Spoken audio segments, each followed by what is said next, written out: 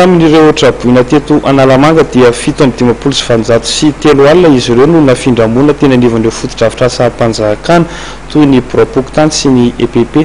Trano 730 sy 700 no simba tanteraka ary 170 sy 500 kosa ireo tipo trano. Izay ny mahakasika an'iny fa mahakasika kosa ny fiainan'ny Antananarivo renivohitra. Tsy misy tsy maintsy oravaina ireo fanorenana trano tsy ara-dalana eto Antananarivo renivohitra ka isan'ny amin'izany ny akadimbahoaka Kado izay manetsina ny lakan-drano lehibe hoy ny PDS ny Asina André Amanjato. Entitra ny commune Antananarivo renivohitra mikasika ireo fanorenana tsy ara-dalana ka mitarika amin'ny fahatsetsena ny lakan-drano.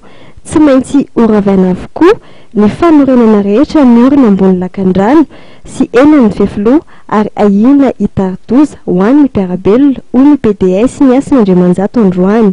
Fa eto aloha dia efa niteny mpitondra fanjakana hoe tsy andefera ireo trano rehetra izay mipetraka eo ambony lakan-drano sy ny amin'ny canaux d'évacuation rehetra tsy andefera.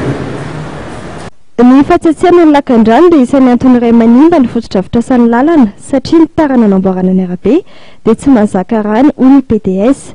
Nambarany androany fa hovitana ao anatin'ny 3 volana ireo fotodrafitrasan'ny lalana izay ahitana fasimbana manerana ny Antananarivo renivohitra. Taorian'ny baiko nomen'ny Premier Ministre ny anarenina ny Antananarivo renivohitra moa dia nivoaka ny fambatsim-bola avy amin'ny fanjakana ka RSLA amin'ny commune ny gouvernemanta hoy izy. Misy ireo asa vonjy-maika atao ao anatin'ny teleherinandro akatetym-bola maherin'ny 2 miliara sy 7,7 tapitrisa ariary no anaovana ireo asa vonjy-maika ireo. Nahazo tosika avy amin'ny fanjakana anaovana ny fanangonana fako eto andrenivohitra izay mivangongy ihany koa ny commune. Zavatra nisy tapoaka raha teo amin'ny 700 taona 800 tonnes teo eo ny fako vovoka eto Antananarivo dia nanomboka tany amin'ny volana novambra tany nanomboka 1600 tonnes na 1400 tonnes isan'andro fako vovoka eto Antananarivo. Ny antony dia zao efa nisy ny fandaminana dia mihevitra dao ny olona fa tokony hovofina ny fako nanomboka ny ena ny mpanary fako any amin'ny kanala any amin'ny tatatra fa nentina daholo fako aty amin'ny baka. Tsara fantatsika zany izany zavatra zany dia mila vola sy fitaovana koa satria ny fitaovana sy ny vola entina miasa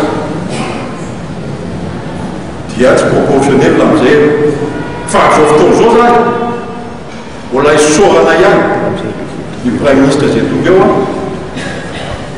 fa manampy zareo ny amin'ny vola entina andraofana fako. Efa misy kosa ny fanisany ireo mpivarotra ara-dalàna tanterahan'ny commune ary tsy maintsy irosona tsy ela ny fanesorana ireo mpivarotra amoron-dalana. Andraikitry ny mponina tsirairay ny fitandrona fahadiovana hoy ny PDS ka tsy tokony hanary fako eny rehetra eny indrindra fa eny anaty lakan-drano ny mponina tsirairay raha nanao fanentanana ny tenany androany. Azo natao tsara ny sorika ny fahasamban'ireo lalana maro teto andrenivohitra hoy hatrany ny PDS raha tokana mala ny fangatahany commune any amin'ny tokony nanomboana ny asa eny ambolana lasa izay ny fanjakana.